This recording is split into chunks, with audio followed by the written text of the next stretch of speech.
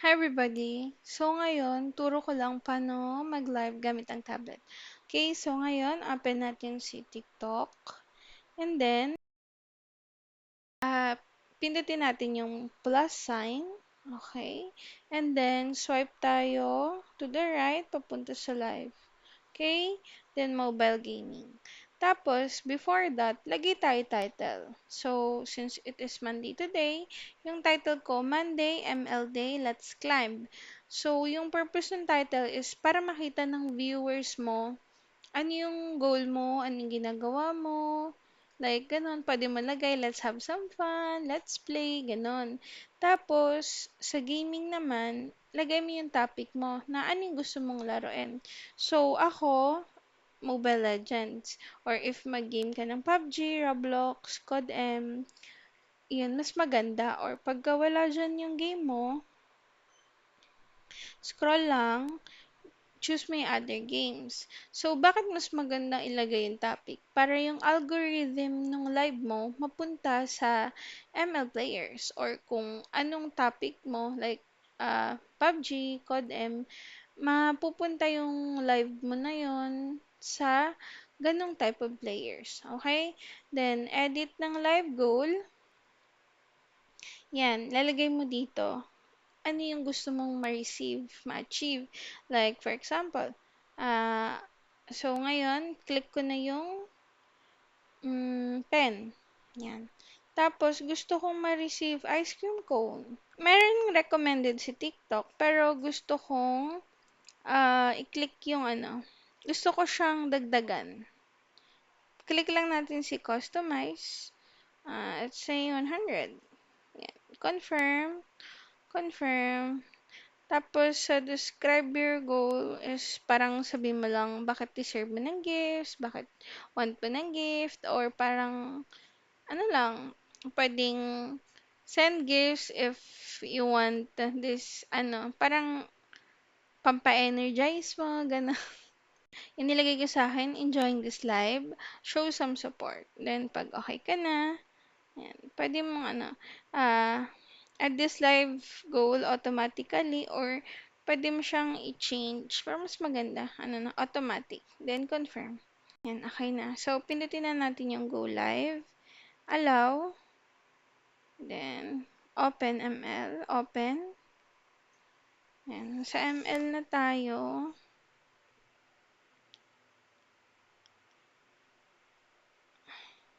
Okay, ready na ako. Click ko na yung red. Ngayon, explore na natin yung box, chat box. Okay, click lang yung picture. Tapos, to resize, nakikita mo dito yung sa lower right, yung white. Yan. Size mo siyang ganyan. Long press mo, hatak. Yan. In, pagpaliit. Then, hatak palabas, pagpalaki. Okay? Then, to drag, yung sa upper right lang. Tapos, yan, nakikita mo dyan, ilang seconds na akong live. Tapos, yung level ng internet, like, kung malakas, mahina. Then, yung 1, ibig sabihin yan, ilan yung taong pumapasok or yung nanonood. Pagka 0, ibig sabihin wala. Then, yung 0 heart, yun yung nagla-like, yung nagtatap-tap ng screen. Okay? So, yung second na circle muna. So, yung device, volume up natin, ibig sabihin nun, maririnig nila yung sounds mo, background music sa Spotify or YT, or yung sounds ng game mo. Okay? So, ang pinaka-suggested is ganito lang kalaki. Yung volume para mas malaki yung boses mo, which is sa microphone naman. So, sa microphone, ibig sabihin, doon naman maririnig yung voice mo. Okay? Pero pwede mo pa rin siyang hinahan or i-mute. Sagad mo lang. Okay? And then, click mo lang ulit yung second pag okay ka na. Third, meaning, yung opacity naman. Or, gano'n siya ka-visible. Okay, so pwedeng 20%, transparent, 60, 100. Pero depende pa rin sa'yo. Okay? Just balik mo lang. Yung pang-apat, siya? recording, yung gear icon, ano lang gusto mong makita? Is yung ano lang, gifts, comments, new followers, new viewers. Okay ka na dun. And then, back tayo. Yan. Mag, maglalaro ka na. Gusto mo siyang paliitin. Ayan. Click mo lang yung image mo. I-set aside mo lang siya. Kung saan siya hindi makakaabala sa ano, pag pindot-pindot mo. Tapos pag open mo ito yung chat, makita yung entire. Ayan, ganyan. Okay? Tapos pag tapos na yung laro mo, click mo lang yung house.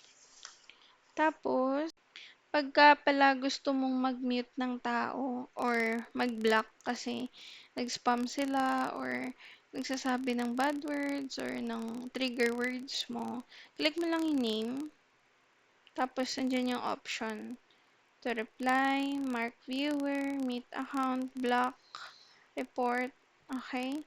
Tapos meron ditong comment settings.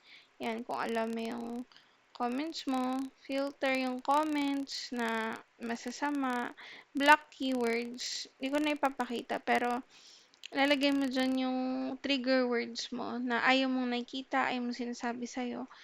Hindi yun, ano, hindi yun masisend at hindi rin mag-a-appear sa comments, okay? Then, mute duration, pagka nag-mute ka ng taong makulit. Yan. Okay? Tapos, pag okay ka na, upper right, click mo. Tapos, end now. Yan. Tapos ngayon, may kita mo dito yung ilan yung total viewers, comments, likes, diamond na na-receive mo, um, tapos sino yung mga nanood, gaano sila katagal nanood, ito fan club, yung nag-send ng heart ni, tapos, to highlights, may highlights TikTok. Tapos, yung live recording, yung buo. Click mo lang tong arrow. Yan. Tapos, may kita mo na dyan. Pwede mo siya edit-edit or ano. Like, click mo lang kung ano, kung nagustuhan mo yung highlights na ginawa ng TikTok. Yun yung post mo. Or my day mo. Yun lang. I hope nag-enjoy ka. And if you like it, if you learn, please, pa-subscribe. Thank you. Bye-bye. Be good. Take care.